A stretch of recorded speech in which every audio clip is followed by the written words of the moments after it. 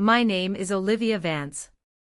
I'm 34 years old, a chief resident in cardiothoracic surgery, and a single mother to 3-year-old twins, Leo and Mia. If you asked me 2 months ago to describe myself, I would have said I was the strong one. The reliable one. The one who fixes broken hearts for a living while ignoring the cracks in her own. But life has a funny way of forcing you to look at things you've spent a lifetime trying to ignore. Sometimes it takes a collision to wake you up. It happened on a rainy Tuesday evening in November. I was driving home after a brutal 16-hour shift at the hospital. My body was humming with that specific kind of exhaustion that doctors know too well, where your bones feel like lead, but your mind is still racing through patient charts. I was thinking about Leo's preschool tuition and the upcoming mortgage payment I had to make for my parents. I was always thinking about payments. I remember the light turning green. I remember easing my foot onto the gas pedal. And then, I remember the world turning sideways. A pickup truck ran the red light. He was doing 50 in a 30 zone. The impact didn't feel like a crash, it felt like an explosion. Metal screamed against metal, a sound so high-pitched it vibrated in my teeth. My car spun across the wet asphalt, glass shattering inward like a diamond storm. When the spinning finally stopped, there was only silence and the hiss of steam from a crushed radiator. I tried to move, but a searing, hot agony ripped through my abdomen. It was a pain so sharp it stole the air from my lungs. I looked down. My hands were shaking, and there was blood, too much blood, soaking through my scrubs. Internal bleeding, my medical brain diagnosed instantly. Splenic rupture. Possible liver laceration. I was going into shock. I knew the symptoms. Cold clammy skin, rapid shallow breathing, the narrowing of vision. But amidst the terror of dying, only one thought crystallized in my mind: my children. Leo and Mia were at home with the neighborhood babysitter, a teenager named Sarah. She had a strict curfew. She had to leave at 8 p.m. I glanced at the shattered display of my phone. It was 7:15 p.m. Sirens wailed in the distance, getting closer. I fumbled for my phone with trembling, blood-slicked fingers. I didn't call 911, someone else had surely done that. I called the only people I thought I could count on in a life-or-death crisis. My parents. My father, Robert, answered on the 4th ring. His voice wasn't worried, it was impatient. He sounded like I was interrupting something important. Olivia? Make it quick. We're about to head into the stadium. The signal is terrible here. Dad, I gasped, the word tasting like copper. Accident. Car crash. Bad. What? His tone shifted, not to concern, but to annoyance. Are you okay? Hospital, I wheezed out. Surgery. I need you to get the twins. Sarah leaves at 8. Please. There was a pause. In the background, I could hear the roar of a crowd and the opening beats of a pop song. Then, I heard my mother, Susan, in the background. Who is it, Robert? Is it her again? It's Olivia, Dad said, covering the receiver slightly but not enough. Says she was in a wreck. Wants us to watch the kids. Now? My mother's voice was shrill. Robert, Jessica is already inside. We can't leave. We paid $600 a seat for these tickets. I lay there pinned between crushed steel, listening to my parents debate the inconvenience of my potential death against the value of concert tickets. Dad, I pleaded, tears mixing with the blood on my face. Please. Emergency. Look, Olivia, Dad said, his voice hard. You're a doctor. You know how to handle hospitals. Don't be dramatic. Call a service. We can't miss this. It's Taylor Swift. Jessica has been looking forward to this for months. The line went dead. I stared at the phone, unable to process the cruelty. Surely, I had misunderstood. Surely, the reception was bad. A moment later, the screen lit up with a notification from our family group chat. It was a message from my mother. I opened it, hoping for an apology, hoping to read on our way. Instead, the words burned themselves into my retinas. Olivia, stop being so dramatic. You've always been a nuisance and a burden. We have Taylor Swift tickets with Vanessa tonight. We are not leaving. Figure it out yourself.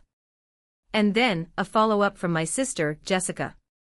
A single emoji, face with tears of joy. A laughing face. She was laughing. I was bleeding out in the wreckage of my sedan, terrified for my children, and my sister was sending a laughing emoji. The paramedics were prying the door open now. Ma'am. Ma'am, stay with us, one of them shouted. But I was drifting. Not just from the blood loss, but from a heartbreak so profound it felt fatal. For 34 years, I had bought their love. I had paid their mortgage. I had funded their lifestyles. And when I needed them for just one night, just for a few hours to keep my children safe, I was a nuisance. As they loaded me onto the stretcher, the cold night air hitting my face, I looked at that text message one last time. And something inside me, the part of me that was the desperate little girl begging for daddy's approval, died right there on the pavement. The ambulance ride was a blur of lights and sirens. My blood pressure was plummeting. The paramedic, a young man with kind eyes, was pushing fluids, trying to keep me conscious. Who do we call for the kids, honey? He asked gently. Is there a husband? A partner? No, I whispered. Just me. Parents? No, I said, the word harder than diamond. No parents. We arrived at the trauma bay of my own hospital. It was surreal being on the other side of the gurney. I saw the faces of colleagues, nurses I joked with, residents I supervised, go pale as they recognized me. Dr. Vance? It was Dr. Ethan Cole, one of our best trauma surgeons. We had worked side by side for 3 years. He was handsome, brilliant, and usually unflappable, but I saw a flicker of fear in his eyes as he assessed my abdomen. Ethan, I gritted out, grabbing his scrub top. My phone. I need my phone. Olivia, you're bleeding internally. We need to get you to the OR now, Ethan said, his voice commanding but shaking slightly. My kids, I gasped. Give me the phone. He hesitated, then handed it to me. My vision was swimming. I had minutes before they put me under. Minutes to ensure my children weren't turned over to Child Protective Services or, worse, my parents. I didn't call my family. That bridge was burned, I could still smell the smoke. I opened Google and searched for emergency nanny service 24/7. I found a high-end agency that catered to executives and celebrities. I dialed the number. Elite Care Services, how can I help you? A polished voice answered. Medical emergency, I said, forcing my voice to sound professional despite the agony. I need an immediate overnight nanny for 2 toddlers. My sitter leaves in 30 minutes. I am a surgeon at Mercy General. I will pay triple your emergency rate. Triple rate is $150 an hour, ma'am, plus a placement fee of $2,000 upfront, the woman said. Done, I said. Send the contract to my email. I'm signing it now. I authorized the payment while nurses were cutting my clothes off. My bank account, which I had worked so hard to build, took the hit instantly. But I didn't care. Money was a tool, and for the first time, I was using it for me and mine, not for Robert and Susan's mortgage. Mrs. Higgins is on her way, the dispatcher confirmed. She is a retired pediatric nurse. She will be there in 20 minutes. Thank you, I breathed. I quickly texted Sarah, my teen sitter, Mrs. Higgins is coming. Stay until she gets there. Extra $500 for you. Do not open the door for my parents. Only Mrs. Higgins. Then I looked at Ethan. He was scrubbing in, watching me with intense concern. "Ethan," I said, my voice barely a whisper. "Take my phone." Screenshot the messages from my mother. The group chat. "Olivia, we really do it." I gathered every ounce of strength I had left. Screenshot them. Email them to yourself and to me. Then lock my phone. Do not let anyone from my family near me while I am under. Do you understand? I am not their daughter right now. I am your patient. Ethan looked at me, really looked at me. He saw the desperation and the resolve in my eyes. He nodded, taking the phone. "I got you, Liv. I promise. No one gets in." The anesthesiologist placed the mask over my face. "Count backward from 10, Dr. Vance." 10. I thought of the years I spent studying while Jessica partied. 9. I thought of the nights I worked extra shifts to pay for Dad's heart medication that turned out to be a lie. 8. I thought of the Taylor Swift tickets. $600. My life was worth less to them than a 3-hour concert. 7. A strange sensation washed over me. It wasn't just the anesthesia. It was a snapping of a tether. The heavy chain of obligation, of guilt, of trying to be the good daughter, simply snapped. I wasn't sad anymore. I was done. As the darkness took me, I made a vow. If I woke up from this surgery, the Olivia they knew, the doormat, the ATM, the nuisance, would be dead. The woman who woke up would be someone entirely different. And she would be coming for her receipts. The surgery took 5 hours. Ruptured spleen, grade 3 liver laceration. I lost 2 liters of blood. I woke up in the ICU, a tube down my throat, machines beeping the rhythm of my survival. Ethan was there. He looked exhausted, slumped in a chair in the corner of the room. When he saw my eyes open, he was at my side instantly. "Easy, Liv," he murmured, his hand resting gently on my shoulder. "You made it. You're okay. The twins are okay." Mrs. Higgins texted updates every hour. I checked them myself. I couldn't speak because of the tube, but tears leaked from the corners of my eyes. Not of pain, but of relief. My babies were safe. I spent 5 days in the hospital. 5 days of 4 drips, morphine hazes, and painful physical therapy to get my lungs working again. And in those 5 days, do you know how many times my parents visited? 0. Do you know how many times Jessica visited? 0. My phone, which Ethan returned to me, was silent. No missed calls. No "are you alive" texts. Nothing. It was as if I had ceased to exist the moment I became inconvenient. On the 3rd day, the fog of painkillers lifted enough for me to think clearly. I lay in the hospital bed, staring at the sterile white ceiling tiles, and I felt a cold clarity settle in my chest. It was the snap I had felt right before surgery, now hardened into concrete resolve. I reached for my laptop, which I had asked Mrs. Higgins to bring from home. Opening it was painful, my abdominal muscles screamed with every movement. But I had work to do. First, I logged into my banking app. For 8 years since I finished residency, I had set up automatic transfers. First of the month, $2,400 to mom and dad mortgage. 15th of the month, $800 to dad insurance.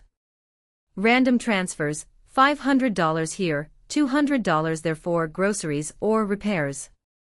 I looked at the pending transfer scheduled for tomorrow.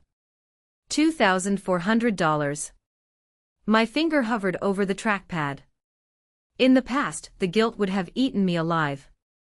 What if they lose the house? What if Dad gets stressed? Now? I thought of the text message. Nuisance. Burden. I clicked cancel. Then I clicked delete recurring transfer. Then I canceled the insurance transfer. Next, I called my landlord. Mr. Henderson. Hi, it's Olivia Vance. Yes, I'm okay, thank you. Listen, I need to change the locks on my apartment immediately. Today? No, I lost a key. I'm worried about security. I'll pay for the locksmith. Just please ensure the old keys, the ones my parents have, do not work. Consider it done, Dr. Vance, he said. Finally, I opened a new spreadsheet. I named it simply, the recipients. I began to go through my bank statements, year by year. Every time I had sent them money. Every time I had paid a bill. 2018, $32,000. 2019, $35,000. 2020, the year Jessica got married, it lasted 6 months, and I paid for the catering. $45,000. The numbers were staggering. I was a single mother living in a 2-bedroom apartment, driving a 6-year-old sedan, while funding my parents' life in a 4-bedroom colonial house they couldn't afford. I was paying for their cable TV, while I watched Netflix on a shared account. I felt a wave of nausea that had nothing to do with my injuries. I had been blind. Willfully blind. I thought I was being a good daughter. I thought I was earning my place in the family. But love isn't a subscription service. You shouldn't have to pay monthly fees to be cared about. Mrs. Higgins came to visit me that evening, bringing photos of the twins. She was a stout, British woman with a no-nonsense attitude and a heart of gold. They are angels, Dr. Vance, she said, showing me a video of Leo building a block tower. They ask for mommy, but they are happy. Thank you, I whispered, my voice raspy. Mrs. Higgins, did anyone come by the house? She pursed her lips. A woman. Blonde. Lots of makeup. Said she was the aunt. Jessica. She wanted to come in to pick up some things for you. Said she needed your credit card to buy you pajamas. My blood ran cold. Jessica didn't care about pajamas.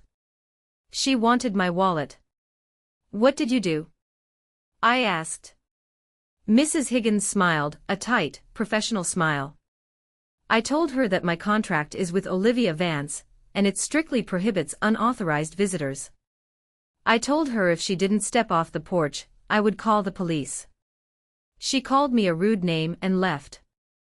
I let out a laugh that turned into a sob. A stranger, a woman I paid, protected me more fiercely in 3 days than my family had in 30 years. You're staying, I told her. Mrs. Higgins, can you stay for the month? I'll pay whatever you want. I'm not going anywhere, dear, she patted my hand. You rest. Let me handle the gatekeeping. I closed my eyes. The fortress was being built. The drawbridge was up. And the crocodiles were about to realize they were starving. I returned home on a Sunday, moving slowly, clutching a pillow to my stomach to support my incision. My apartment felt like a sanctuary. Mrs. Higgins had cleaned everything, and the twins tackled me with gentle hugs, careful of my boo-boo. The peace lasted exactly 24 hours. Monday was the first of the month. Mortgage day. At 9 a.m., my phone began to buzz. Caller ID, Dad. I let it go to voicemail. 9:05 a.m. Caller ID, Mom. Voicemail. 9:10 a.m.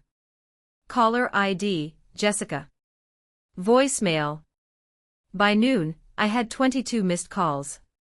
Not a single text asking, how is your recovery, or are you in pain? Just panic. Because the money hadn't arrived. I sat at my kitchen table, sipping herbal tea, listening to the voicemails. I needed them. I needed to hear the venom to keep my resolve strong. Voicemail 1, Dad, Olivia. The transfer didn't go through. The bank says insufficient funds or cancelled. Call me back immediately. The bank will charge a late fee if this isn't sorted by noon. Voicemail 2, Mom, Olivia, this isn't funny. We know you're out of the hospital. Jessica saw your car. Stop playing games. We have bills to pay. You can't just cut us off because you're throwing a tantrum about a concert. Voicemail 3, Jessica, God, you are so selfish. Mom is crying. She thinks you're doing this to punish her. Just send the money, Liv. Don't be a bitch. I saved every single audio file. I backed them up to the cloud. I backed them up to an external hard drive. These weren't messages from family, they were evidence. Then, the physical confrontation began. Around 4 p.m., there was a pounding on my door. Aggressive. Angry. I checked the doorbell camera on my phone. It was Dad. His face was red, a vein bulging in his neck. Mom was behind him, looking anxious but expectant. Olivia. Open this door, he shouted, rattling the handle. He pulled out his key ring, the spare key I had given them years ago, in case of emergency. He jammed it into the lock and twisted. Nothing happened. He jiggled it. Twisted it harder. The new deadbolt held firm. She changed the locks, he said, turning to Mom, disbelief written all over his face. The ungrateful little, she changed the locks. Olivia. Mom screamed at the door. We know you're in there. I need to use the bathroom. Let us in. I sat on my couch, my heart pounding in my chest. Part of me, the trained, conditioned part, wanted to run to the door, apologize, and write them a check just to make the yelling stop. Trauma bonds are strong. They are like invisible wires stitched into your nervous system. But then I looked at Leo and Mia playing quietly on the rug. If I gave that money to my parents, that was money not going into their college fund. If I let my parents in, I was teaching my children that abuse is acceptable. I texted Mrs. Higgins, who was in the kitchen preparing dinner. Do not open it. She shouted back to me, loud enough for them to hear, I've already called building security, Dr. Vance. Outside, Dad kicked the door one last time. Fine. You want to play hardball. You think you're so high and mighty because you're a doctor. You'd be nothing without us. We sacrificed everything for you. You're abandoning your elderly parents. We'll see what a lawyer says about this, he threatened, his voice muffled by the wood. There are laws, Olivia. Filial responsibility laws. That was the twist I hadn't expected. They weren't just mad, they were litigious. They were threatening to sue me for support. I waited until I heard their car drive away. Then, I exhaled a breath I felt like I'd been holding since the accident. They had shown their hand. They didn't want a daughter. They wanted an annuity. And they were willing to use the legal system to force the payments to continue. I picked up my phone and dialed a number I hadn't used in years. Grandpa. I said when the deep voice answered. Olivia? Grandpa Arthur's voice was warm, surprised. I heard you were hurt. I called your father, but he said it was minor. Are you all right? No, Grandpa, I said, my voice cracking. It wasn't minor. And I need help. Legal help. My grandfather, Arthur Vance, was a legend in our county. He served as a federal judge for 30 years before retiring. He was a man of few words, immense intellect, and a moral compass that pointed true north. He was also the only person my father, Robert, feared. Robert had spent his life trying to impress Arthur and failing, mostly because Dad was a grifter who looked for shortcuts, while Grandpa believed in hard work. We hadn't seen much of Grandpa lately, Mom always made excuses why we couldn't visit. He's grumpy, she'd say. He doesn't like children. 2 weeks after the lockout incident, there was a knock on my door. A polite, rhythmic knock. I checked the peephole. Standing there was Grandpa Arthur, leaning on his cane, wearing a wool coat that smelled of cedar and pipe tobacco. Beside him was Aunt Margaret, Dad's younger sister, the black sheep, because she refused to tolerate Dad's narcissism. I opened the door and burst into tears. I couldn't help it. After weeks of holding myself together, of being the general in my own war, seeing family who actually looked at me with love was too much. "Oh honey," Aunt Margaret said, pulling me into a hug. She didn't squeeze too hard, mindful of my surgery.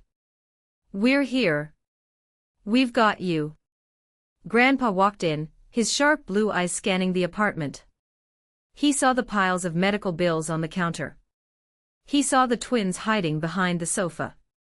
He sat down heavily in my armchair and beckoned me over. "Sit, Olivia," he said gently. "Eleanor told me everything." Eleanor was Aunt Margaret's real name. "She told me about the accident," Grandpa said, his voice dropping an octave. "She told me you were alone. And she told me about the text message." I looked down at my hands. "I'm sorry to drag you into this, Grandpa. I know you hate drama." "I hate injustice," he corrected. "There is a difference." He leaned forward, resting his hands on his cane. "Your father called me yesterday. He told me a very interesting story. He said you have had a mental breakdown.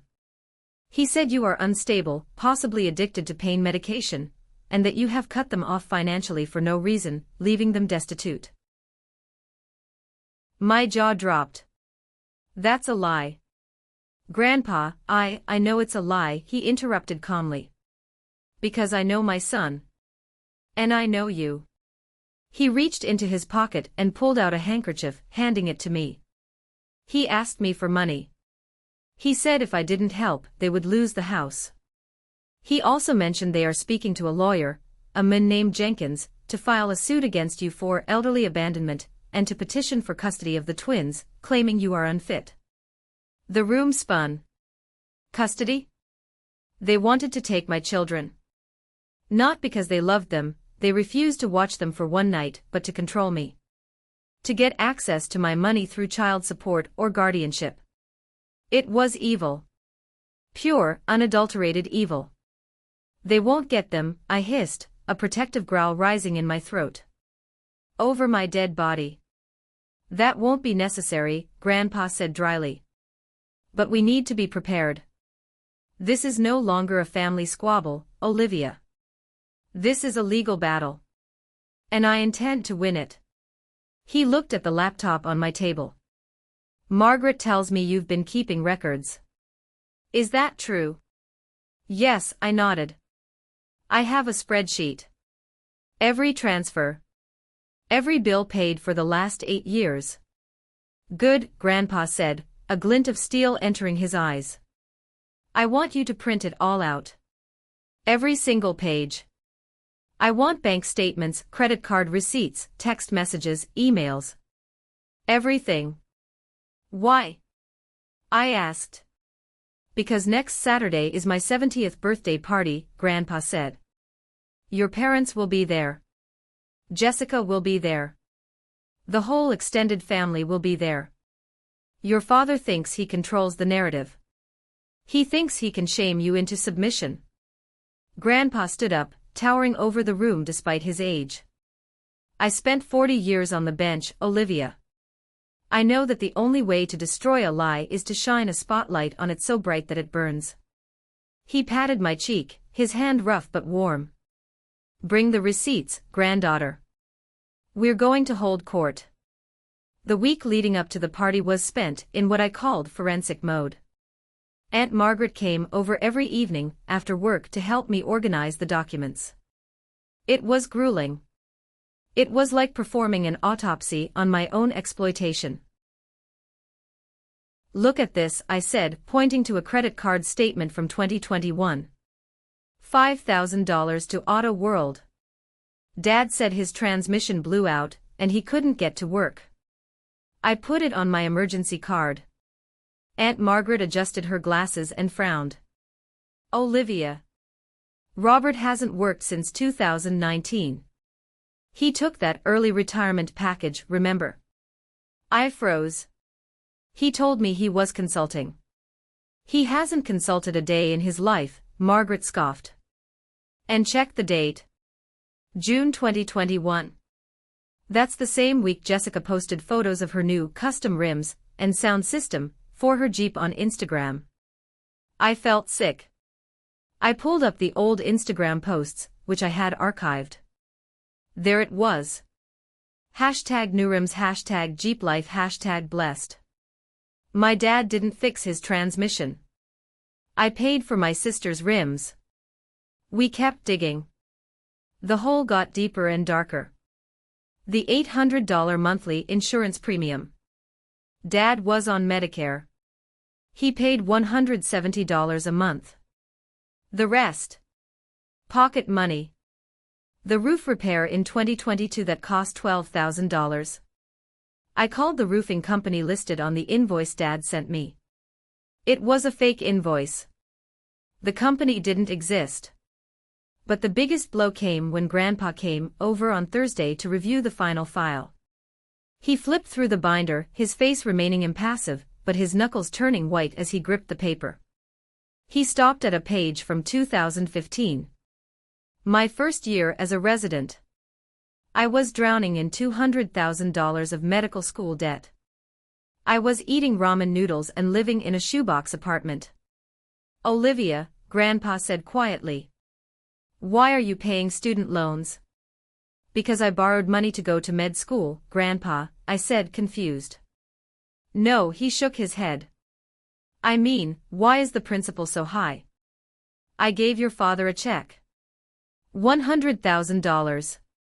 In 2011. Specifically for your tuition. The silence in the room was deafening. Even the ticking clock seemed to stop. You what? I whispered. I sold my cabin in the Berkshires, Grandpa said, his voice trembling with suppressed rage. I gave the check to Robert. He said he deposited it into your tuition account. He said you were so grateful but too shy to thank me directly. I stood up, my legs shaking so bad I had to hold the table. I never saw a dime. I took out max loans. I'm still paying them off. I pay $1,500 a month in loan repayments. Grandpa closed his eyes. A single tear leaked out. He stole it. He stole your future to fund what? Jessica's modeling classes. His gambling. Both, Aunt Margaret said softly, looking at a stack of withdrawal slips. Casino withdrawals. Atlantic City. 2011. That was the moment the last shred of hesitation left me. This wasn't just about them being bad parents. This was criminal fraud. This was theft. My father had looked me in the eye, watched me struggle, watched me work 80-hour weeks, watched me eat instant noodles, all while he had stolen $100,000 from me. And then, the cherry on top of the toxic sundae arrived. The mailman dropped off a certified letter. I opened it. It was on the letterhead of Jenkins and Associates. Dear Dr. Vance, we represent your parents, Robert and Susan Vance. This letter serves as formal notice of our intent to file a civil suit for breach of verbal contract regarding elderly support. Furthermore, we are investigating your fitness as a custodial parent due to reports of substance abuse following your accident. They were really doing it. They were suing me with the money I had probably given them. I handed the letter to Grandpa. He read it once, then twice. He didn't look angry anymore. He looked dangerous. Jenkins, he muttered. I disbarred his partner in '98. He's a bottom feeder. Grandpa folded the letter and put it in his breast pocket. Don't reply, he commanded. Bring this to the party. Bring the binder. Bring the backups. He stood up, looking like a warrior preparing for his final battle. They want a show. Let's give them a show. The days leading up to the Saturday party were a masterclass in gaslighting. My family couldn't reach me directly, so they poisoned the water around me.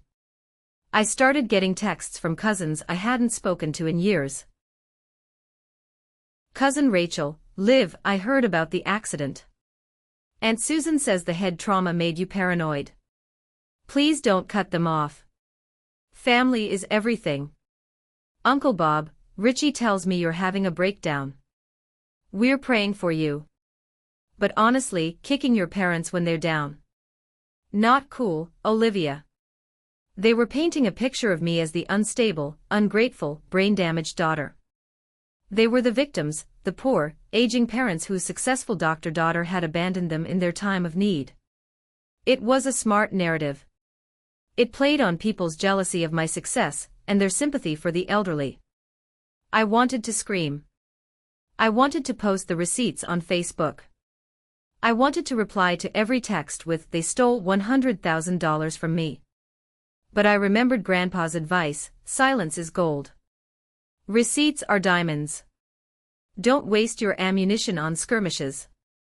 Save it for the war. So I stayed silent. I focused on my physical therapy. I focused on Leo and Mia. I bought a beautiful dress for the party, a deep navy blue silk that made me look authoritative, strong. Not a victim. On Saturday morning, I woke up with a knot of anxiety in my stomach.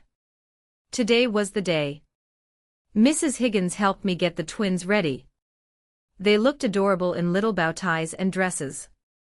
"You look like a queen going to execute a traitor," Mrs. Higgins said as she zipped up my dress. "Is that a good thing?" I asked. "In this case, it is the only thing." We drove to Grandpa's estate. It was a large property, bought decades ago before real estate prices skyrocketed. As I pulled up the long driveway, I saw the cars. Mercedes, BMWs, Lexus. My extended family liked to project wealth, even if most of them were leveraged to the hilt. I saw my parents' car, a brand new SUV. I knew exactly who paid for the lease on that. Me. My hands gripped the steering wheel. "Breathe, Olivia. Just stick to the plan." I parked and got the kids out. I grabbed the heavy leather binder from the passenger seat. It felt heavy, like a weapon. As I walked toward the front door, I saw them. My parents and Jessica were standing near the entrance, holding court with a group of relatives. They looked fine. Happy, even. Dad was laughing, holding a glass of scotch. Mom was wearing a pearl necklace I had bought her for Mother's Day. Jessica was in a glittering silver dress, looking every bit the golden child.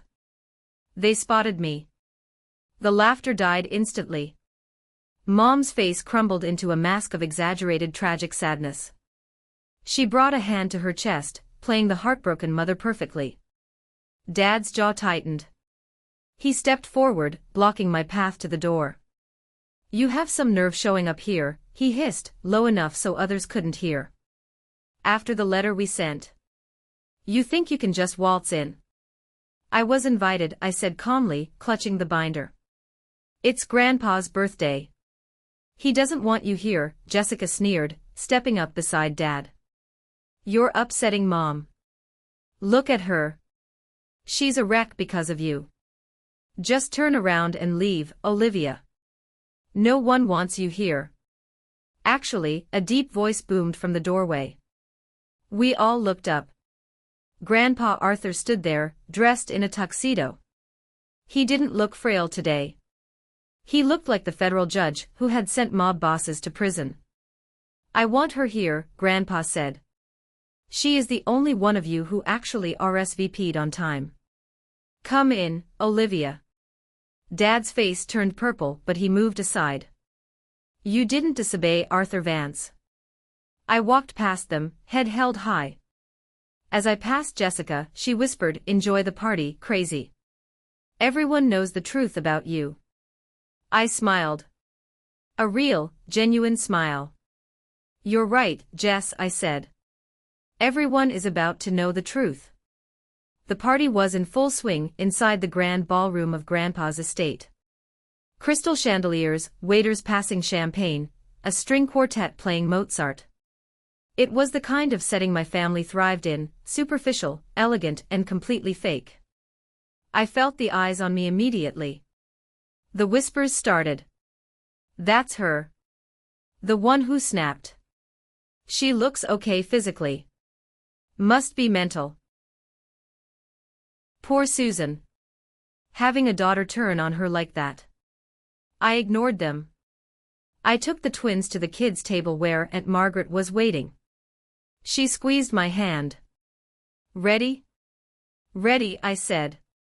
I placed the binder on the table next to me. For the first hour, I was isolated. My parents and Jessica worked the room like politicians. I watched them. I saw Mom crying on Uncle Bob's shoulder, pointing discreetly at me. I saw Dad laughing with the lawyer, Jenkins, clinking glasses.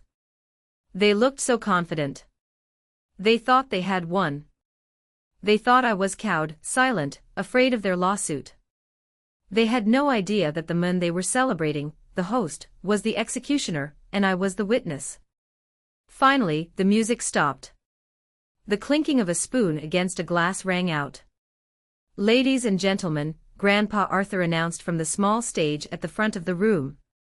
Thank you all for coming to celebrate my 70th year. The room applauded. Dad shouted to Arthur. The patriarch. Grandpa didn't smile. He adjusted the microphone. Usually at these parties we talk about legacy, Grandpa said. We talk about family values. Honesty. Integrity. He looked directly at my father. My son, Robert, has been telling many of you a story this week. A story about his daughter, Olivia. About her accident. About her finances. Dad looked confused. He smiled nervously. Dad, we don't need to silence. Grandpa barked. The room froze. The string quartet stopped packing up. You could hear a pin drop. Robert claims Olivia has abandoned the family. He claims she is mentally unstable. Grandpa reached down and picked up a folder from the podium. Not my binder. His folder. But I have been looking at some facts. And as you all know, I am a great believer in evidence. Grandpa gestured to me. Olivia, please come up here. Bring your book. I stood up. My legs felt like jelly, but I forced them to move. I picked up the heavy binder. I walked through the parted crowd. I saw the fear dawn in Jessica's eyes. She knew. Somewhere deep down, she knew the free ride was over. I stepped onto the stage next to Grandpa. This, Grandpa said, placing a hand on my shoulder, is the woman who has paid the mortgage on the house Robert lives in for the last 8 years. Gasps rippled through the room. That's a lie. Mom shrieked, her tragic mask slipping. We pay our own bills. Do you? Grandpa turned to me. Read the first entry, Olivia. I opened the binder. My voice shook for a second, then steadied. I spoke into the microphone. January 1, 2017. Transfer to Chase Mortgage ending in 4490. Amount, $2,400. Sender, Olivia Vance. February 1, 2017, I continued. Same amount. Same recipient. She's making it up. Dad shouted, stepping forward. She forged those. I have the certified bank records here, Robert, Grandpa said, holding up his folder. And I have the letter you sent her threatening to sue her for support. If you paid your own bills, why are you suing your daughter for a breach of contract regarding support? The room exploded with murmurs. But that's not why we're here, Grandpa cut through the noise. We're here because 2 weeks ago, Olivia was in a car accident. She almost died. He looked at the crowd. She called her parents. She needed someone to watch her children while she had emergency surgery. And I want to share with you the response she received. Grandpa pulled out a blown-up printout of the screenshot. It was large enough for the back row to see. Read it, Olivia, he commanded. I looked at the text. I looked at my mother, who was now pale as a ghost. I read it. Olivia, you've always been a nuisance and a burden. We have Taylor Swift tickets with Vanessa tonight. Figure it out yourself. And the reply from Jessica, I added, looking straight at my sister. A laughing emoji. The silence in the room was different now. It wasn't awkward. It was horrified. You left her, someone whispered. For a concert. It was a misunderstanding. Mom stammered. We didn't know it was serious. You didn't ask. I shouted, my voice breaking the microphone feedback. You didn't call. You didn't come for 5 days. You only called when the mortgage check didn't clear. Grandpa raised his hand. I'm not done, he said dangerously. There is one more number we need to discuss. The number is $100,000. Dad's knees buckled. He grabbed a chair to stay upright. The money I gave you in 2011 for Olivia's tuition, Grandpa said, his voice like ice. Where did it go, Robert? Where did it go, Robert? Grandpa's voice wasn't loud, but it carried the weight of a gavel striking wood. Dad stood there, his mouth opening and closing like a fish pulled from water. The color had drained so completely from his face that he looked like a wax figure melting under the stage lights. For a moment, I thought he might actually have a heart attack, and the doctor and me instinctively tensed. But then I saw his eyes darting, not to me, not to Grandpa, but to Jessica. It was an investment, Dad stammered, sweat beading on his forehead. For the family. We were going to double it. For Olivia's future. An investment. Grandpa repeated. He opened his folder again. Is that what we're calling the Atlantic City Borgata Casino now? Because I have the transaction records here. Grandpa pulled out a sheet of paper and held it up. It was a copy of a cash check, followed by bank statements. June 12, 2011. Check deposited. June 14, 2011. Withdrawal at Borgata Hotel and Casino, $10,000. June 15, $15,000. By August, the account was empty. A collective gasp went through the room. My Uncle Bob, Dad's brother, stepped forward, his face twisted in disgust. You gambled it. You gambled away the girls' tuition money. It wasn't like that. Mom shrieked, her voice cracking. We were desperate. The market had crashed. We needed to maintain our lifestyle for the girls. We couldn't let them see us struggle. For the girls. I stepped into the microphone, my voice trembling with a rage that had been simmering for a decade. I was eating instant noodles, Mom. I was working double shifts at the library while studying anatomy. I didn't have heat in my apartment for a whole winter. You knew that. I told you I was struggling, and you told me it built character. I turned to Jessica. She was trying to shrink into the shadows of a potted palm, clutching her designer clutch like a shield. But Jessica didn't struggle, did she? I asked. 2011, that was the year you went to Europe for 3 months to find yourself, wasn't it, Jess? Jessica's eyes went wide. That was my savings. No, Grandpa interrupted. That was the remaining $20,000 Robert didn't lose at the blackjack table. He transferred it to you on September 1st. The room fell into a heavy, suffocating silence. It was the sound of an entire family's reality shattering. For years my parents had cultivated an image of benevolent, upper-middle-class success. They were the martyrs who sacrificed everything. Now they were exposed as thieves who stole from one daughter to spoil the other, all while gambling away their father's generosity. I didn't know, Jessica whispered, tears streaming down her face, the first real tears I'd seen from her in years. Daddy said it was a bonus from work. You didn't ask, I said, throwing her own words back at her. Just like you didn't ask if I was dying when you sent that laughing emoji. You just took. That's all you've ever done. Dad tried to rally. He straightened his tie, attempting to regain some shred of dignity. "This is a private matter," he blustered, glaring at the guests. "My father is senile. He's being manipulated by Olivia. She's bitter because she's alone. She's trying to tear this family apart because she's miserable." "Robert," a voice cut in from the crowd.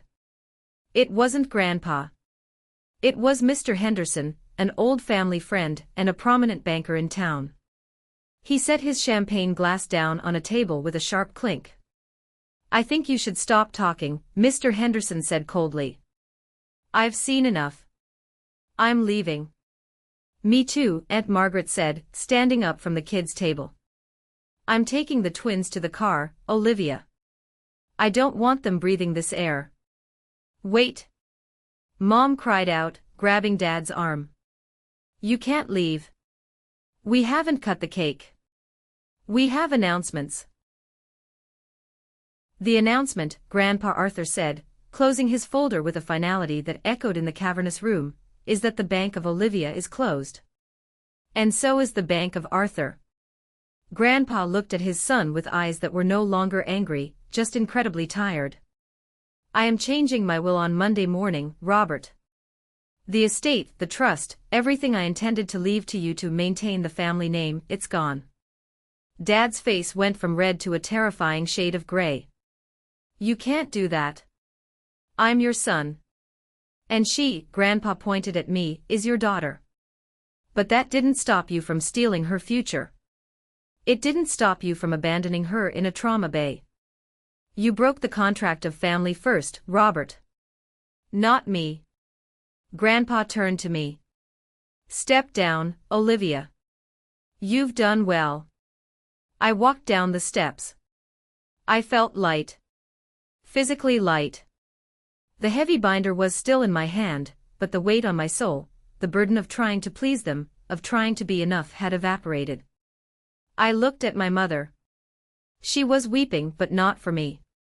She was looking at Grandpa, realizing the inheritance she had been waiting for, the golden parachute that would fix their mortgage and their debt, had just vanished.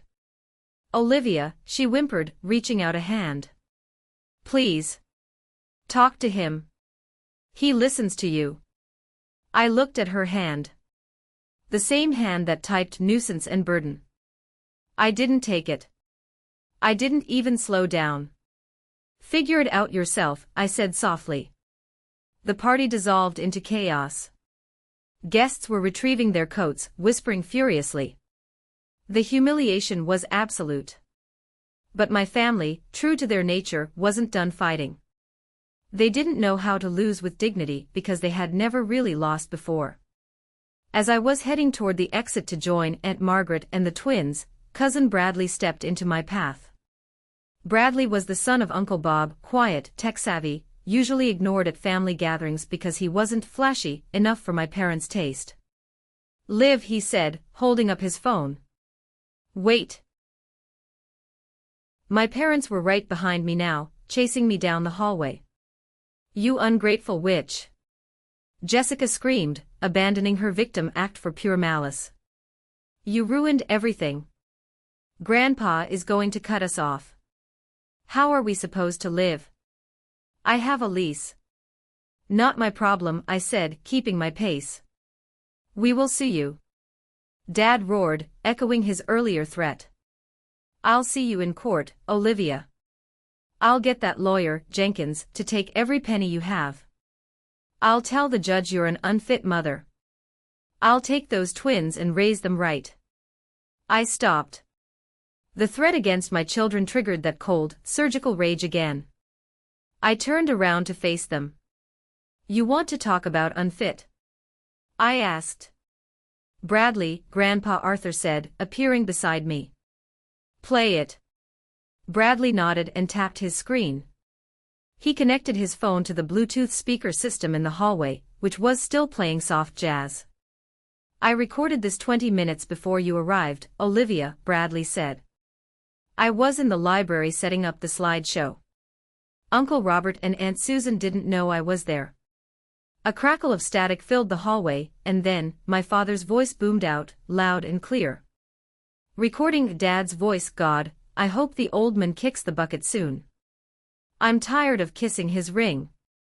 Once he's dead and we get the trust fund, we can finally pay off the house and get that boat. Recording Mom's voice. Just smile and nod, Robert. He looks frail. Maybe another year. I just hope he doesn't leave anything to Olivia. That little miser doesn't deserve a dime after cutting us off. Recording Jessica's voice. If he does, we'll just contest the will. We'll say she manipulated him. Lawyer Jenkins said it's easy to prove undue influence on an elderly person. We'll take her down. Recording Dad's voice. Exactly. She's just a cash cow, Susan. Once we get the inheritance, we don't need her anymore. We can finally be done with her drama. The recording ended. The silence that followed was heavier than the one in the ballroom. This wasn't just greed, this was predation. They were planning to contest Grandpa's will while eating his food. They were planning to destroy me legally just to keep the money flowing. Grandpa Arthur stood there, leaning on his cane, looking at his son with an expression of utter emptiness. I am not dead yet, Robert, Grandpa said softly. But you are. To me. Dad tried to speak, but no words came out. The cruelty of his own voice, stripped of all pretenses, hung in the air like tear gas. Get out, Grandpa said. Dad, please, it was just talk, get out. Grandpa roared, a sound so powerful it shook the frames on the walls. Get off my property. Do not contact me. Do not contact Olivia. If I see you near my grandchildren, I will have you arrested for trespassing. I will spend every cent of my fortune ensuring you never see a dime. Go. Security guards, hired for the party, appeared at the end of the hall. Grandpa nodded to them. Escort them out. My mother collapsed into sobbing hysterics, clinging to the doorframe. Myra. Myra, help me. She called me by a name I hadn't heard in years, a childhood nickname. It was a desperate attempt to trigger a memory of love.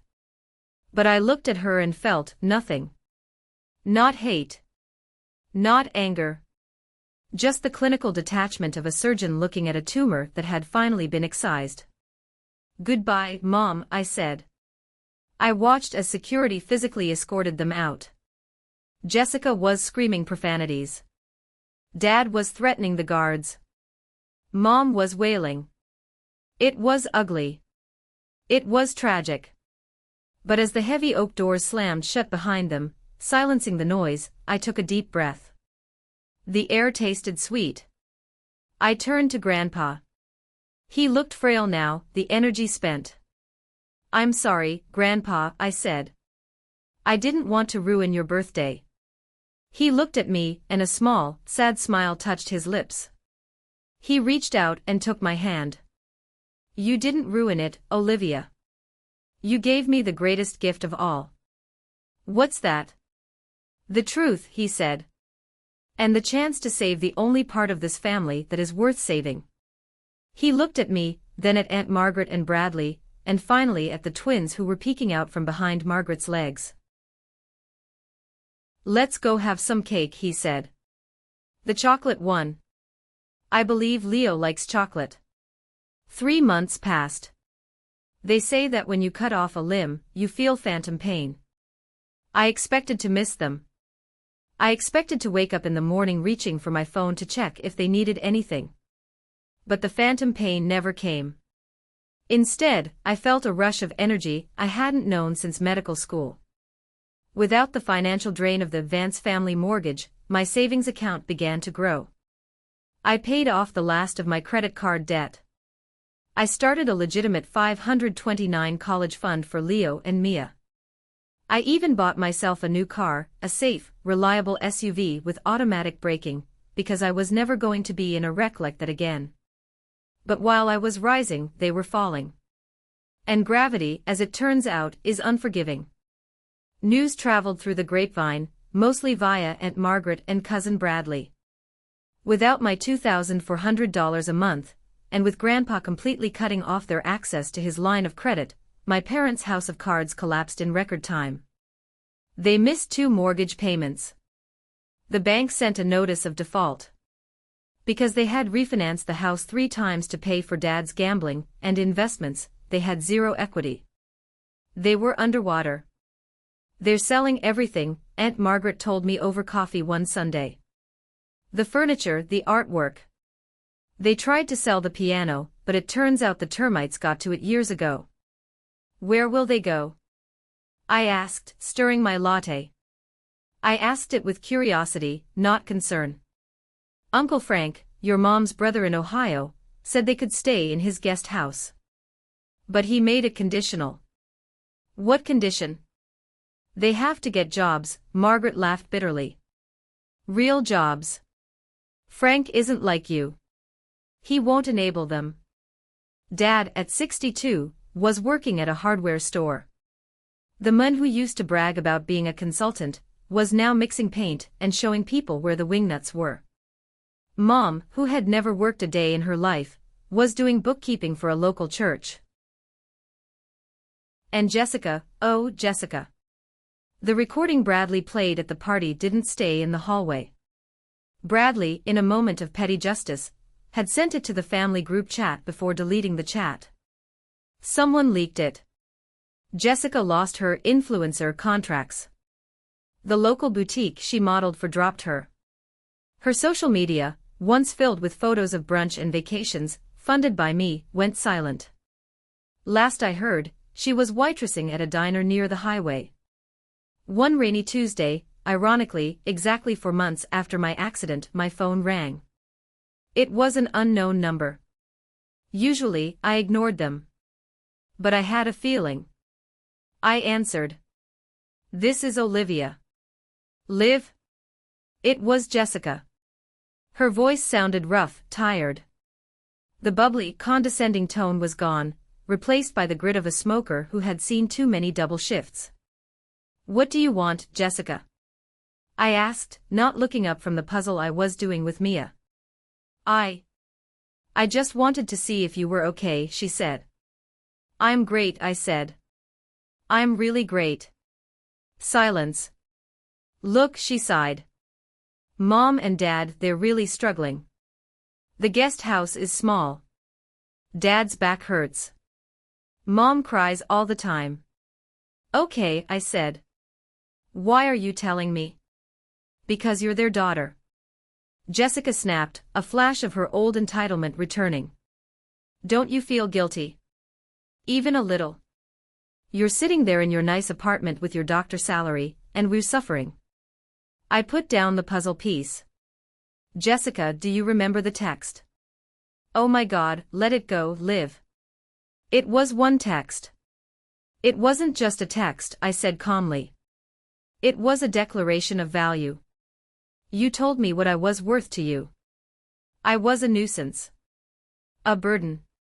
I took a breath. "Well, I'm removing the burden from your life. You don't have to deal with me anymore. You don't have to deal with my drama. You're free. Liv, please.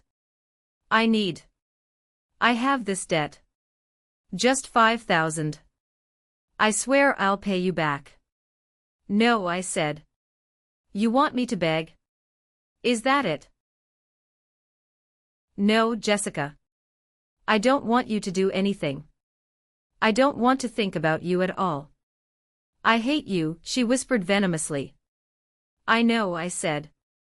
"But unlike you, I don't need your love to survive." I hung up. Then I blocked the number. I looked at my phone for a second, waiting for the guilt. It didn't come. "Who was that, Mommy?"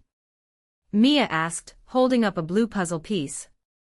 "Nobody important, baby," I smiled, taking the piece. "Just a wrong number." And that was the truth.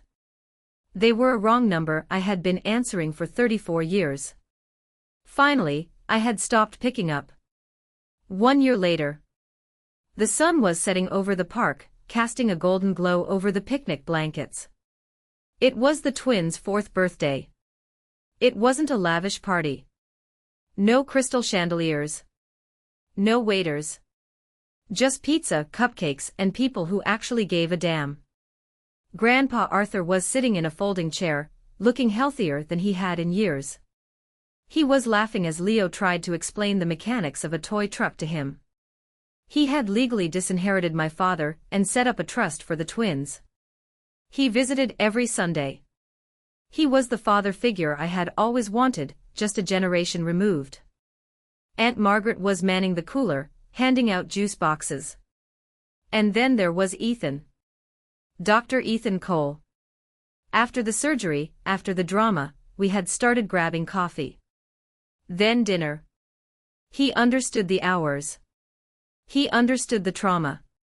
He had been there when I was at my weakest, and he didn't look away. He walked over to me now, handing me a slice of cake. "You look happy," he said, bumping his shoulder against mine. "I am," I said, leaning into him. "It's weird. It's quiet." "Quiet is good," he smiled. "Quiet means peace." I looked around at my little assembled family. It didn't look like the traditional nuclear family I had grown up idolizing. It was a patchwork quilt, a grandfather, an aunt, a cousin, a colleague-turned-boyfriend, a British nanny. But it was strong. It was stitched together with respect, not obligation. My phone buzzed in my pocket. I checked it out of habit. It was an email notification. "LinkedIn, Robert Vance has viewed your profile." I smiled and swiped it away. He could look. They could all look. They could watch from the sidelines as I built a life that was vibrant, full, and completely mine. I thought about the woman I was a year ago, bleeding in a wrecked car, begging for help, terrified of being a burden. I wanted to go back and hug her. I wanted to tell her that the crash wasn't the end. It was the exit ramp. It was the only way to get off the road to nowhere. I realized then that family isn't a noun. It's a verb. It's what you do. It's showing up at the hospital. It's answering the phone at 3 a.m. It's changing diapers and holding hands and listening. If you have to buy it, it's not family. It's a transaction. And I was done shopping. I looked at Ethan, at Grandpa, at my beautiful, laughing children. "Yeah," I whispered to the wind. "I'm free. Thank you. Thank you from the bottom of my heart for listening to my story. I hope it helps someone out there. Please comment the letter A below if you've watched until the very end. And please check out the next video on the screen. It's another story about finding strength in the darkest places. You deserve to be heard. Take care of yourself.